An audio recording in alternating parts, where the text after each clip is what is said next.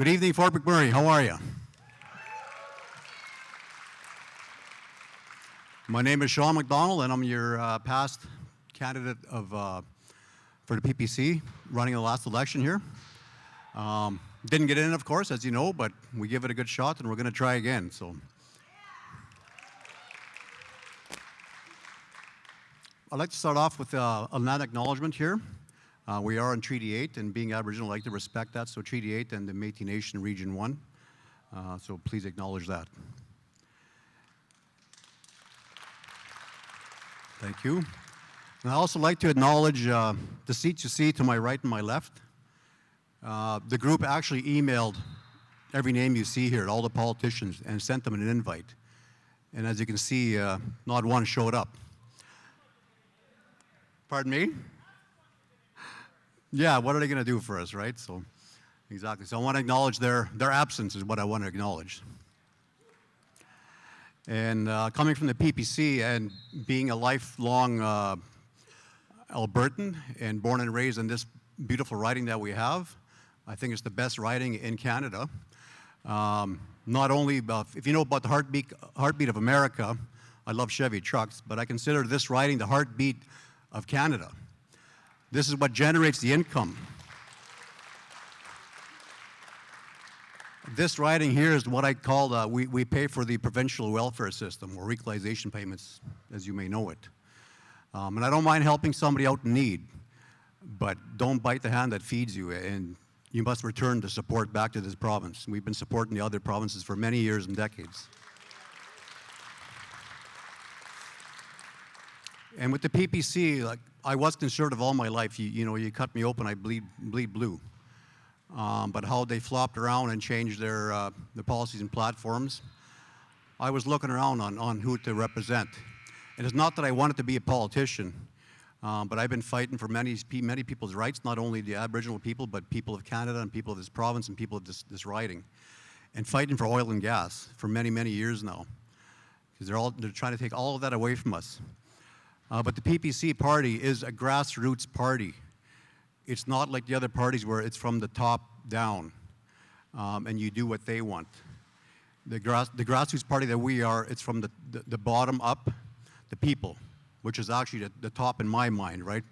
The ones that are there in Ottawa are working for us. They serve us. And they forget who signs their paychecks and who pays for their paychecks, which is everybody in this room sitting here and everybody listening. Not the other way around. So they should not dictate to us on our freedoms and what they're trying to take away from us right now.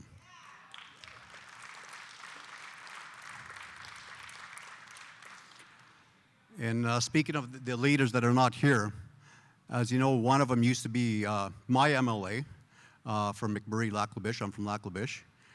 And all of a sudden, she vanished and ran for MP. And I ran against her because of that. And yet, where's representation now for our MP? I don't see her around here. I never hear from her. I don't hear nothing, no representation.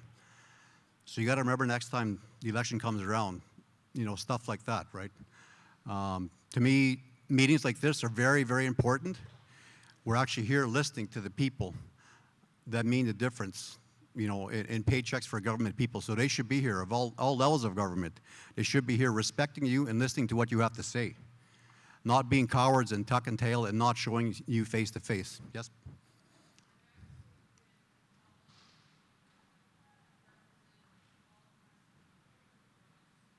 Right?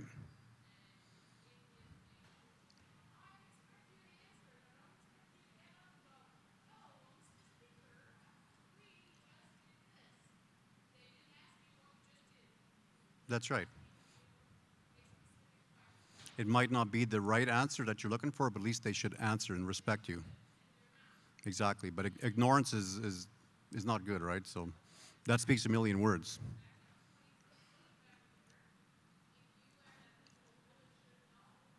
Exactly.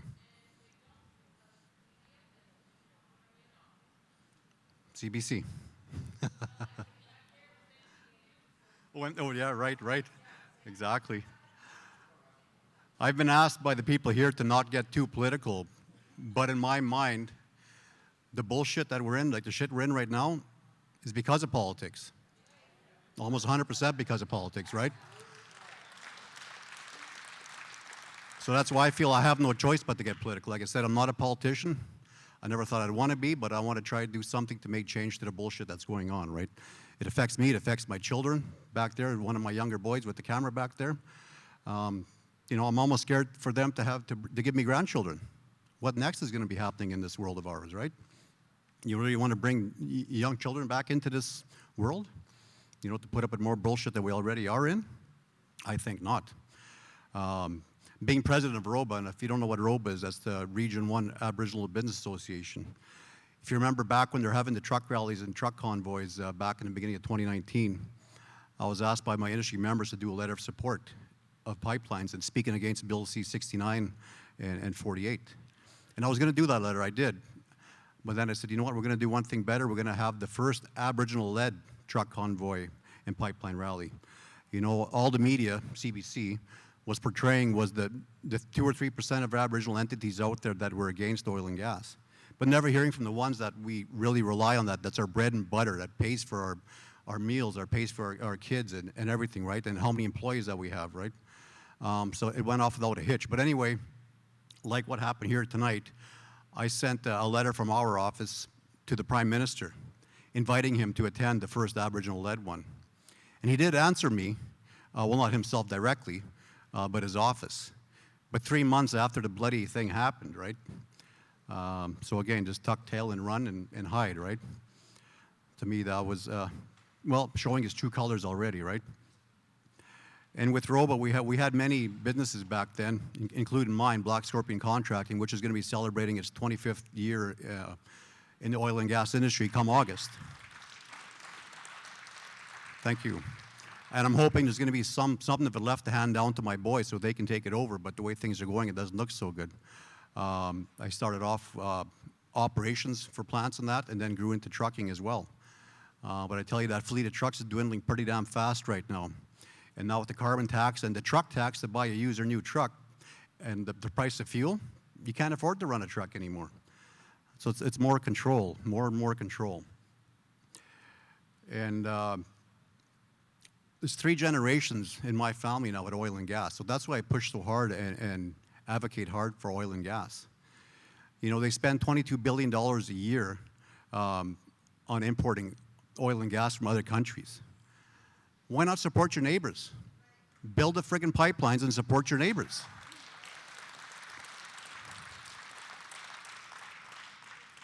I was asked after Biden had quashed the Keystone pipeline.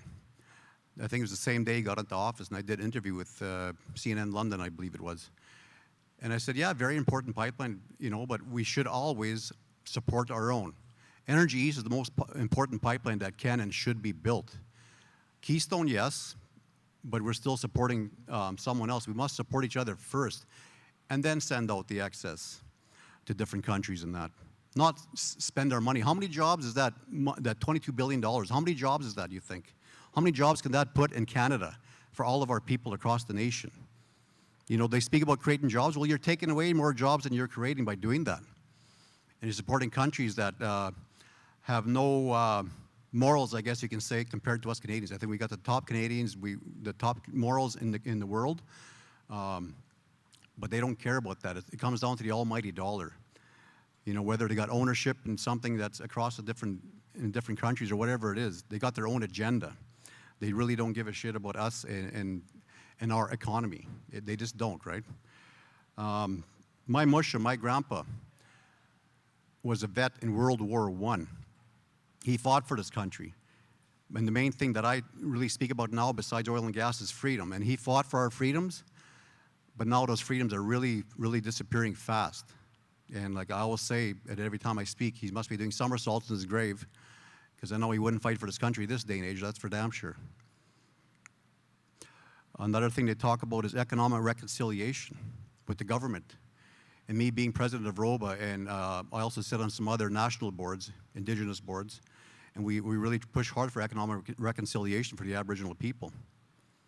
We get next to nothing from all levels of government. You know where we get it lots from, though? Is the oil and gas industry. You know, the governments have lost to learn from the oil and gas industry, but yet they want to quash it and take it away from us. 35 years ago, I would harvest the lands, the traditional lands that I was born and raised on, the Kikino Métis settlement, by hunting, fishing, trapping, all of that, and selling the furs and you know, creating the income to provide for the family. But that changed when I started my business. I still harvest the lands, but it's through oil and gas. And now they're still trying to take that away from me. How many families and how many people I had to lay off in the past how many years when this shit started. You know, and it's hard to lay somebody off that's like a family member to you working for you for 10, 15 years and say, I'm sorry, but there's no more work, I have to let you go. You know, and it's because something I did? No, again, it's government control, government policies. You know, and that shit has to change. Like we're all affected and feeling the negatives of that, right? And like the good doctor said, it is divide and conquer. With COVID-19 and the shots and all that, I really don't care if you have the shot or not. I really don't. That's your business, but it's your free choice to pick that. Not mine, and especially not the government's, any level of government.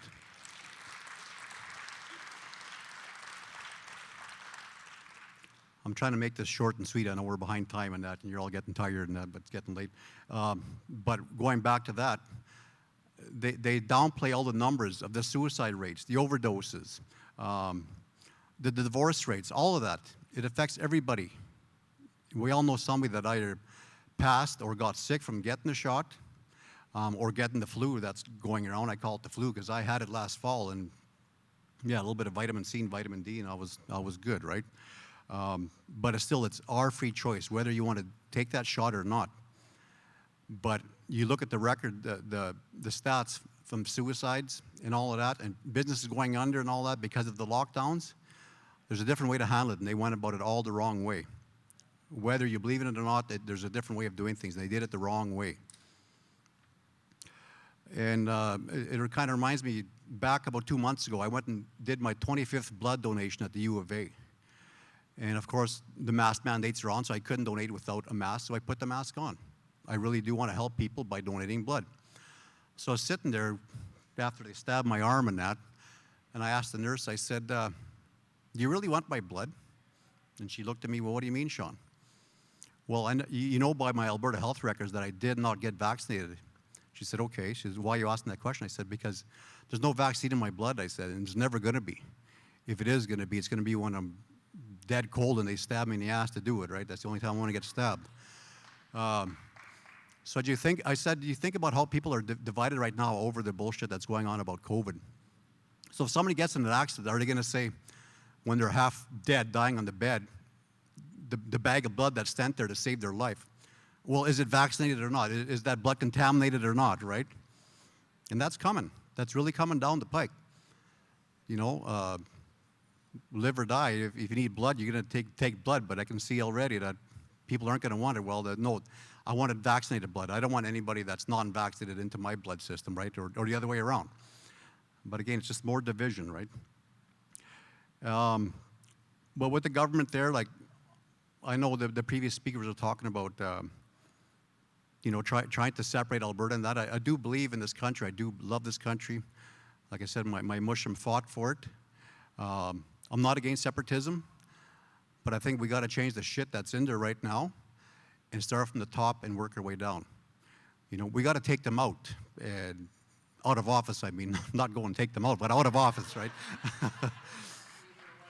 Either way. I got to rephrase that. You know, sound bites might sound pretty bad coming from me, but yeah, so either or, yes. So I know, like, we're all passionate people here and that, but you know, we still got to try to get along no matter whether we have the same beliefs or not. It don't matter what race you are, what color you are, or what's running through your blood, vaccination or not, right? They're trying to actually divide and conquer us. That's what we're doing. It's like the old frog story, you know, taking a frog and put him in a pot of water and slowly turning the heat up. They don't feel it, and then they die.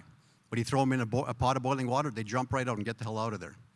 What do you think they're doing to us right now? They're slowly turning up that heat, slowly, with COVID and another thing, right? They're trying to get their way with us, so we have to fight that, and we must unite. To me, if you sit on the pot or get off, right, is the old saying. If you sit on the pot and do nothing, well, you're just as guilty as them, because you're not fighting back for our freedoms, for your kids' freedoms, for our country's freedoms. You know, and I'm not trying to sound racist or nothing, but I'm too old to learn another language to come into this country, right? And if you know what I mean, you can read between the lines. No offense to anybody, but communism isn't a good thing. It's been proven through and through how many years in different countries that. I know some people that come up to me when I was campaigning, you wouldn't believe the stories that I've heard. Would make you cry. It made me cry. One lady that came from a country from communism, and she said it didn't set in right away, but it set in slowly. And she wanted to flee from that country, and she did. She come to the greatest country in the world, Canada, to get away from it. She was happy, raised her family here and that. Then she said, all of a sudden, Shawn, the terrorism is back. The terror of her past was back, but in the freest country in the world. And now she has that same feeling living here. So we must stop this now before it gets out of hand, because once it sets in, it's too late. It's too late, so we have to spread the word. Make the changes and fight and stand up and support each other that do. And talk to the ones that don't, you know. I hear them out. I hear all sides of it. And I do listen to the ones that are vaccinated, but it's just not enough proof for me to change my mind on what's going on. It's not. To me, you know, coming from a politician, there's no proof. They're not scientists or nothing, right? So why would I believe them just because they say it on CBC, right? So we must unite together, people, and stay strong and fight. And thank you. Just remember. Yes, sorry.